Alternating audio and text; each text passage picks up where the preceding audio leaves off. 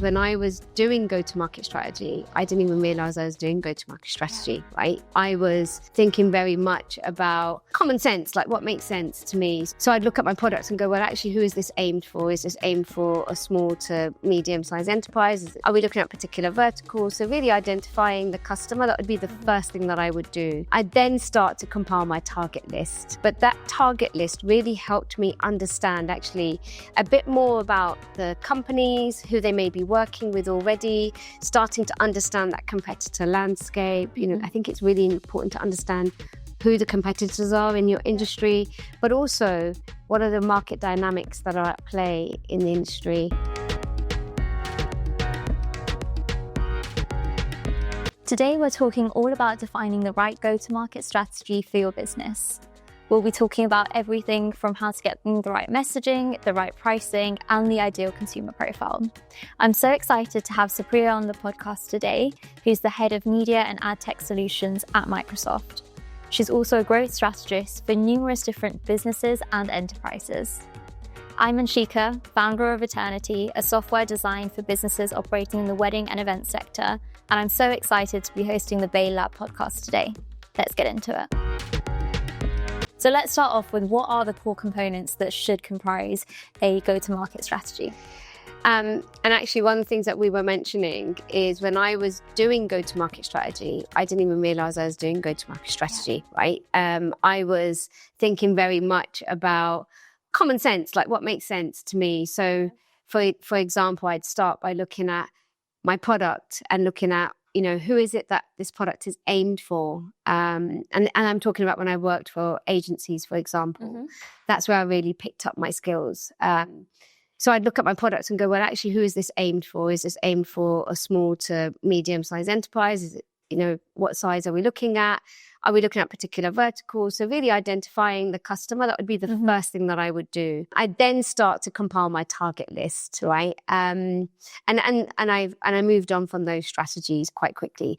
But that target list really helped me understand actually a bit more about the companies, who they may be working with already, starting to understand that competitor landscape. I think it's really important to understand who the competitors are in your industry, but also what are the market dynamics that are at play in the industry. And there was some really good resources that we had access to, which would give you kind of the pitches that were coming up, who the incumbent agencies were. So that was a really good way of understanding who we should be researching, what are the products that they have, what is the portfolio that they're offering. And then the other thing that we had to really think about was our pricing strategy. Mm-hmm.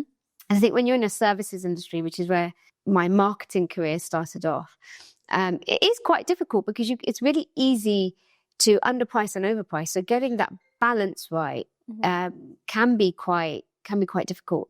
So there's a little bit of testing that we did in our commercial negotiations, making sure that we understood, budgets up front so that we understood what we were playing with and what we could, bring in a profitable way. And then, of course, there is sales collaterals, sales case studies.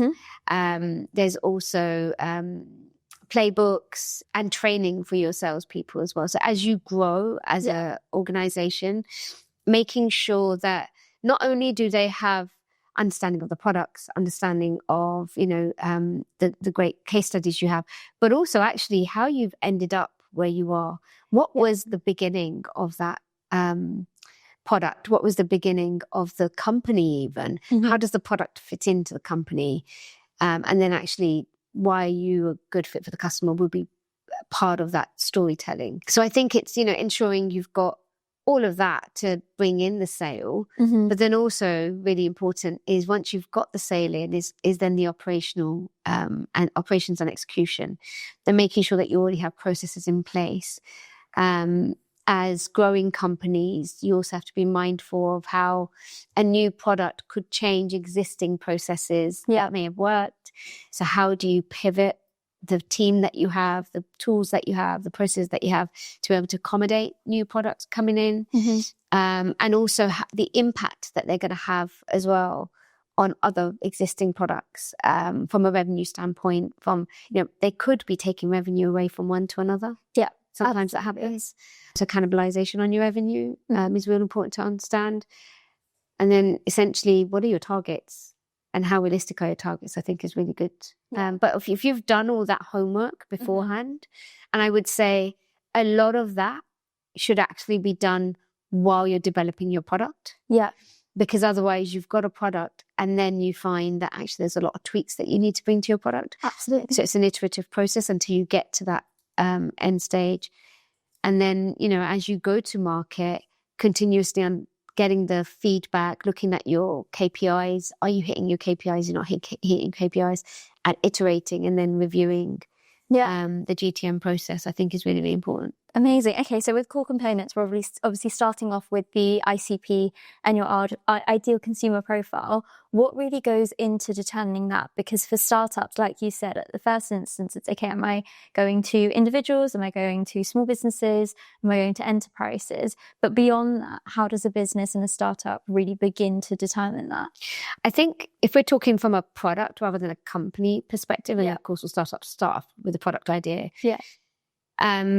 You would have understood or most of you should have understood who your ideal customer is and their profile is in that product development stage. Because really, when we're looking at products, we're trying to fulfill a need or we're trying to solve a challenge or a problem.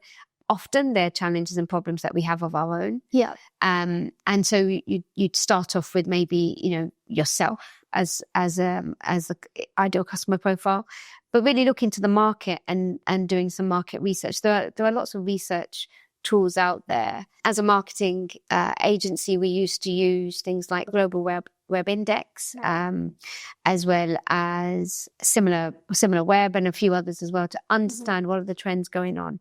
There's a lot of tools that you have access to that you may not necessarily realize can give you more insight. So search trends, if you have an account for PPC marketing, for example, you can look up what are the trending keywords, for example, and start to understand actually what are people looking for, and then drill down into customer profiles.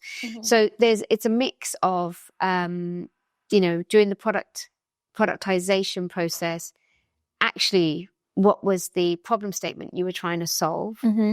And who were you thinking of at that moment? And then it's branching out from there to understand who the other customer profiles could be. Yeah. Because often there's more than one. Absolutely. And like you said there, you want to be doing all of this when you're in your development days. So what are some of the techniques and strategies that startups can use to actually validate that ICP is correct, or segment them, knowing that there may be 2 or 3 different profiles? How can they really validate the ICPs? So I find focus groups are really, really good and useful to have if you have access to your audiences and you can perform focus groups yourself. Brilliant. There are also companies that do that for you. They can cost a bit of money. What I do know a lot of startups do is that they tend to start off with friends and family and their own network, and then build out from there and start to understand through panels and discussions and focus groups. And then you have pilots. To really kind of looking at whether or not you can start to gather feedback through pilot processes in the early stages to understand actually, is this going in the right direction? Does this fulfill the needs that you were hoping for it to fulfill of the customers that you were hoping for it to, or setting as a target for your product? Those are some of the things that you could do. And then of course there's book standard desk research. Yeah.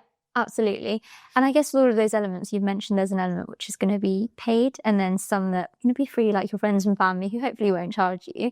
How do you think a startup should actually prioritize their spend in those early stages when they're trying to validate either their go-to-market strategy or who their profiling is, or if their product is correct for this audience when it comes to, for example, the paid side or the organic side?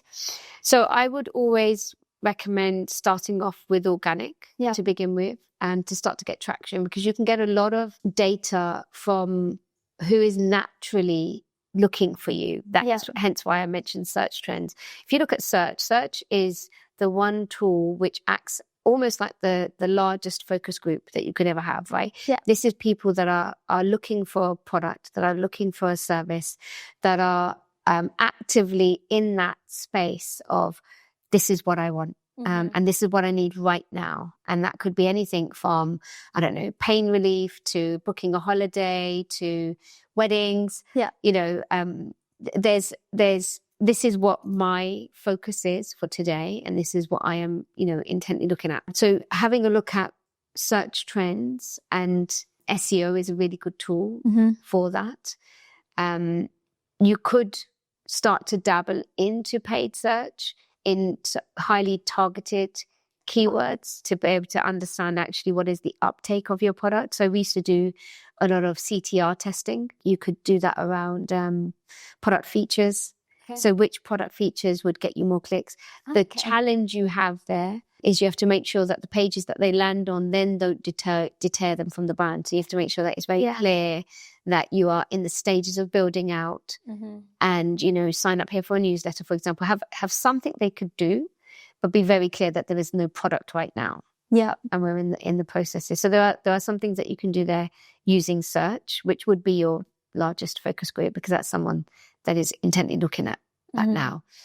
There are also social tools that you could use as well. So that a lot of people are taking to LinkedIn, they're taking to Instagram, to TikTok, X, to crowdsource information and followers.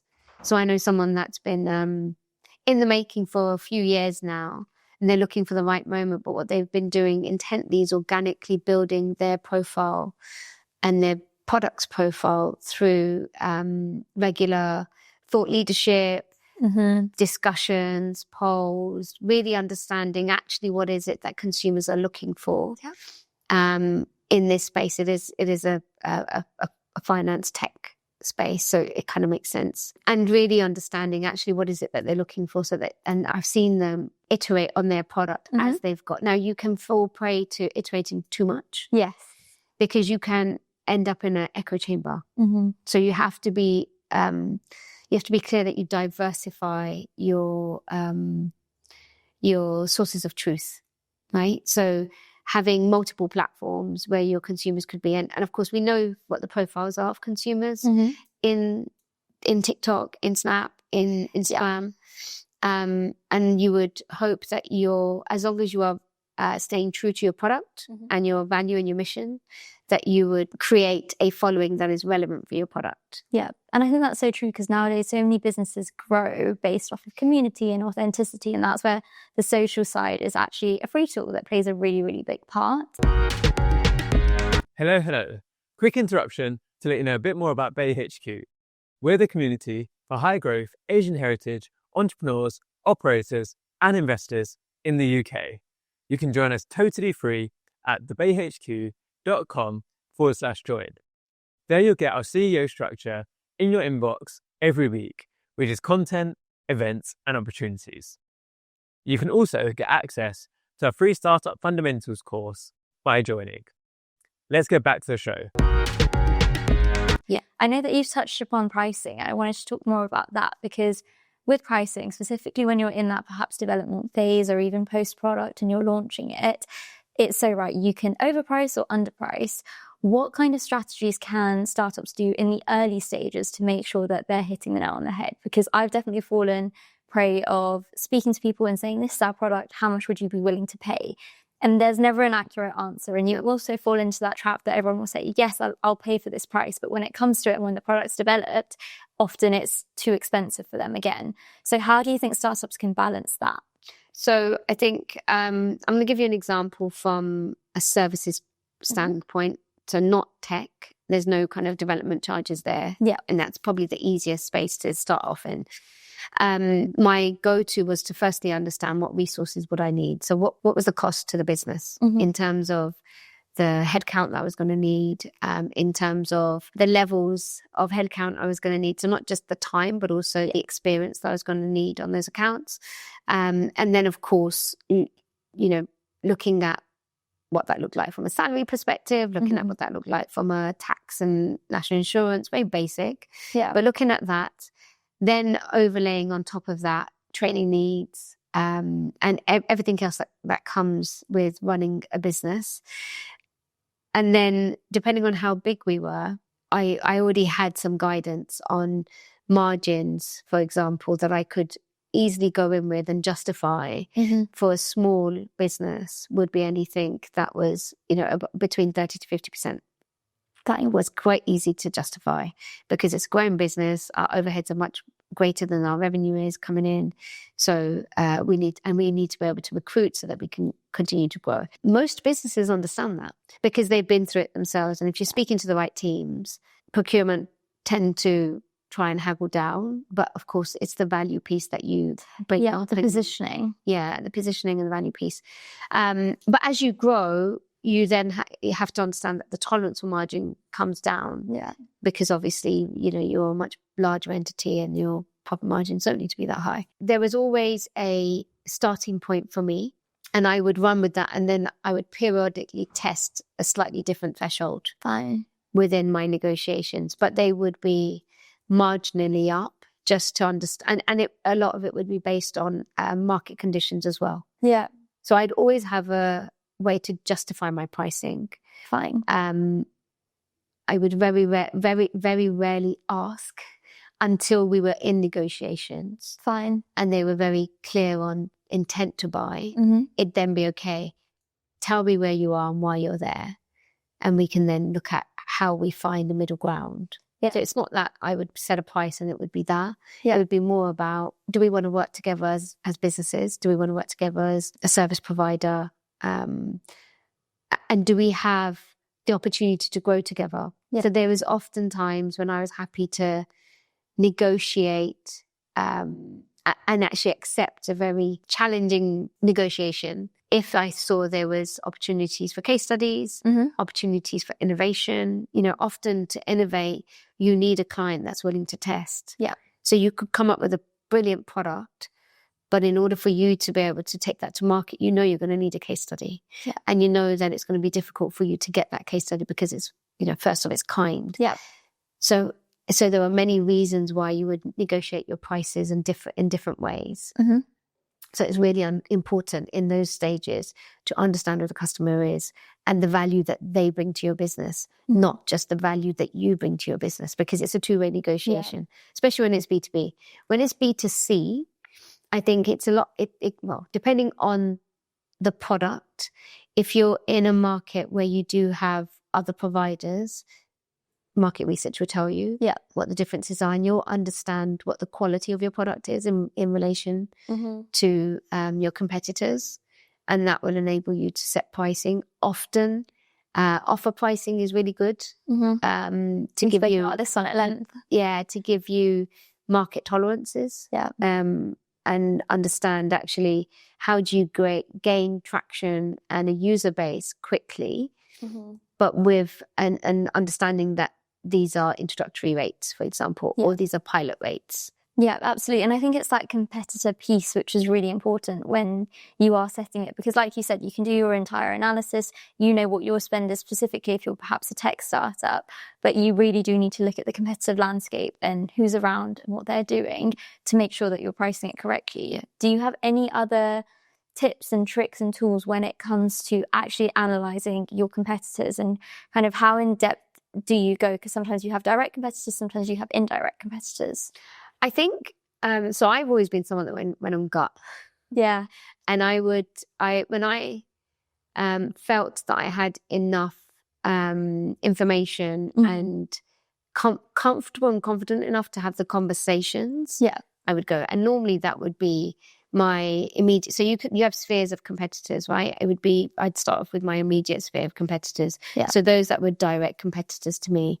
And then I might look at one or two outliers if I was thinking about my product set expanding beyond my immediate competitors. So I'd look at my immediate competitors, get a feel for where we positioned in relation to them. It was actually harder in the marketing world because you don't get readily available pricing. It's all done on a one-to-one basis. Yeah. So I didn't have the ability to look at the market. I just had the ability to look at competitors and what they were offering. So from a pricing perspective, I couldn't do that. From an offering perspective, I would look at their value proposition. I would look at their mission. I'd look at how we differed. I'd also look at anything I could find in terms of processes. Yeah. My previous clients were also a really good source of information because they'd often come to us and we'd take a case history in terms of, what have you been doing? Yeah. How has it been working for you? What are the challenges that you had? You'd often know who they were working with before. So you could put two and two together in terms of what challenges they were having. Some clients would tell you quite outright what the problems were and why they were leaving. Often, if there was a review of an agency, it was because there were challenges. Yeah. And that was really insightful in terms of, A, how did we need to position ourselves and the strategy that we would deploy for them? But also, things like the team that we had to put in there, the seniority we had to put on there, and also any products and services that we would need to add that usually we would think we could get away with not having to keep the pricing down. You'd actually go, no, actually you need this because you've had this and this issue. So for example, we started with no client service layers, and then we built in client service layers because as we brought in new products, actually the teams started to work in different silos for each product. Right. But the client was one. And trying to navigate 3 or 4 different teams was becoming challenging. Yeah. And the feedback from them, enabled me to then go to the company and go, right, we need to bring in a client service layer. Fine. And I think that's really powerful what you said there, because we often forget that, yes, you want to understand your competitors of what you see of them, but actually hearing it from the clients themselves. And I guess it's that objection handling piece. And they're not objecting you, but it's your competitors, to really understand and get into the psychology of why they're leaving or what they've enjoyed about that product. You'll probably learn so much about your own positioning as well, which plays a part in that go-to-market strategy. Yeah. What would you say are some of the biggest mistakes that you see startups or businesses making when it comes to their go-to-market strategy? I think it's in the product stage, actually, and it's not identifying the customer in the product stage, or the actual purpose of the product and the value that it's bringing into the market. And I think that's why I can't remember what the stats are, but there are so many ideas that people come up with, but not all of them should be taken to market. And it is because there's enough products in the market or enough services in the market already. Yes, you may get 1 or 2 customers, but actually, are you going to be able to scale it? Yeah. So we actually I've had situations where we had a product, took it to market, actually pricing wise, because of our own internal dynamics, we weren't able to scale it, and so we had to can it. And it's really important to understand when to can it. Yeah. And it's difficult because when you've gone to market, you're speaking to clients, you've got sales teams that are going, well, hang on a minute, my client wants to buy this. Yeah. You have to be strong enough to go, yes, but it's not right for the business. What are the indicators of that? So knowing when your go-to-market strategy is, well, it needs to change and pivot, or actually just needs to be shelved. Pipeline. That's the biggest thing. And anyone that doesn't pipeline, especially in a B2B sector, is going to really struggle. Yeah. Because you get all of your stats from there. So everything so I used to do rigorous pipelining, and you have different stages, right? So you've got RFI, RFP, you've got contract negotiation, and then you've got, RFI, RFP, pitch, contract negotiation, and then you've got contract signing, and then you've got actually it's gone live. Yeah. In marketing, those are 6 stages. I used to ask my team, and they hate it, absolutely hate it. I used to ask them to track every single stage. And after, you won't see it in the first 6 months. You probably won't even see it in the first year. But after gathering 2 to 3 years worth of data, you can actually see your sales cycle really, really clearly. Yeah. You can start to understand the lag times by product. So if you have it segmented by product, you can see the lag times by product. You can start to see where your drop-off points are. So we got really good at pitching, right? Yeah. And we had brilliant teams that we put our A team on pitching. But then no one had time for RFIs. Absolutely no time for RFIs. And I was like, no, we're not. Or I think there was 1 quarter when we weren't hitting numbers, and I just don't get it. Yeah, it doesn't make sense. Why have we suddenly started to slow down? And I looked back at my numbers, and it was RFIs. Right. Our RFI win rate had gone from 90% to 70%. Massive drop. And of course, that is the largest part. That was feeding the funnel. Yeah. So we then started to reshape the team and said, right, okay, we changed compensation actually. And we went from compensating on win to compensating on every stage of the funnel, so that they would be incentivized just as much to work on the RFI as they were on the RFP, as they were on the pitch, as they were on the contract negotiation. Actually, after contract negotiation, it kind of all went into my hands. But that enabled them to get really focused on each and every stage and making sure that they had the right people feeding into it. And you could see the shift in the team. They enjoyed every part because they knew they were going to get payout at every stage. So, okay, one thing I've definitely taken on this is that you want to be building a solution, not just a product. Yes. Because there's too many products that exist. Well, thank you so much, Supriya, for being on today's episode of the VayLab podcast. As with anyone who comes on the podcast, we ask them the standard few questions. The first of which is, who are 3 British Asians doing incredible pieces of work that you think the audience should check out? So there is one that I've recently come across, is Shefali Bohra. I think I've said her name right. So she has, she's co-founder of Dot Plot, and it's a handheld device that is used for catching breast cancer early. Right, which I think, I don't know, as a female, I'm terrible at checking for those things. And I'm always sitting there going, I don't know if I'm checking the right thing. I don't know what I'm looking for. Unfortunately, there's been a number of people that I know that have had breast cancer. And I think, being able to check these things early is really, really important. But we're women who are growing and our bodies are changing regularly. So having a tool that can map out your chest, that can, on a monthly basis, you can do this. It's coming, it's not come yet. But, the prospect of being able to have a tool that says to me something's changed is, I think, more comforting than me trying to figure out, actually, is there something that I need to get checked out? So that's one person that I think is doing a great thing. Then there is Naren Patel and Nikki Sehgal. I'm putting them two together because they both, so Naren is founder of MIFA, Media for All, and Nikki Sehgal is the general manager. Now, Media for All is actually the first network that I joined after being in the industry for, I think, 15 years at that point. And it's been created for Black, Asian and minority ethnic individuals within the advertising space, supporting us with kind of, recruiting in more talent, helping existing talent to stay, because there's a lot of us that want to leave, unfortunately, because we don't feel represented, because we don't feel like we've got the opportunities that we should have.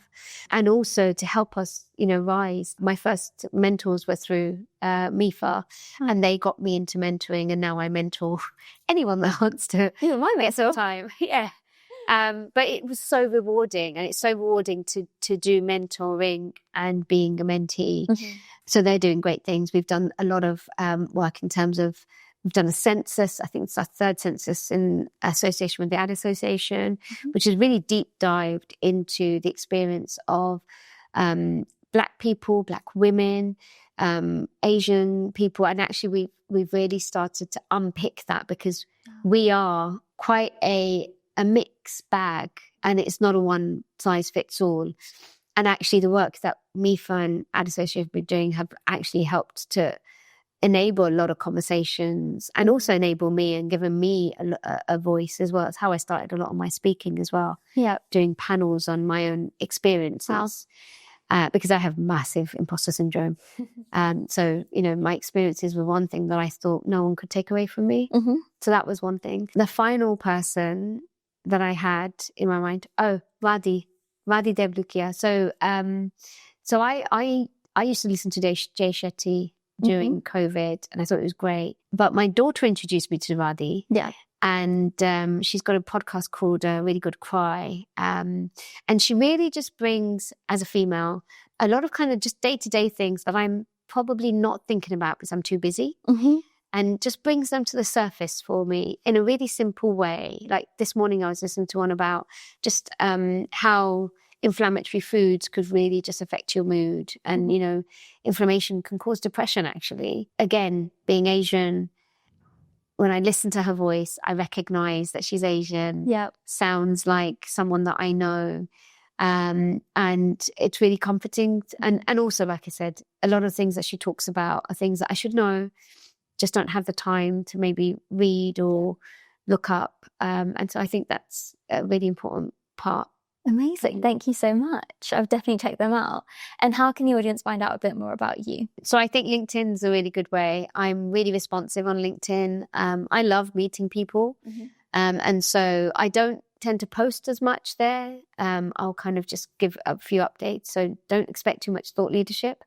But I definitely use it as a way for people to find me, for me to find people. And is there anything that our audience can do to help you? Yeah, connect. I love connecting with people. I love hearing stories. It helps me grow as an individual.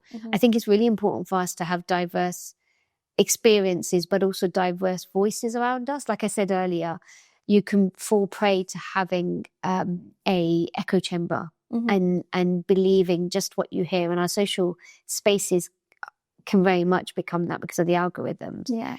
So I tend to want to meet people. And actually have you ever read the book Language of Love? Love Languages? I can't remember the exact title. I'll find it for you. Right. But it talks about the different ways in which people like to be appreciated. Yeah. Mine, I realized after reading the book and doing the exercises, is actually time. So people that spend time with me, I really value, and I have a lot of time for them. Yeah. Because I know how much it takes to put the time in the diary, make it there, and you know, and be in person. So in person, virtual calls, just being present. Yeah, being present. Perfect. Any final words from you? Think about your customer and your product together, and think about what solution you're creating, not what you can take to market. Thank you for watching. Don't forget to subscribe. See you next time.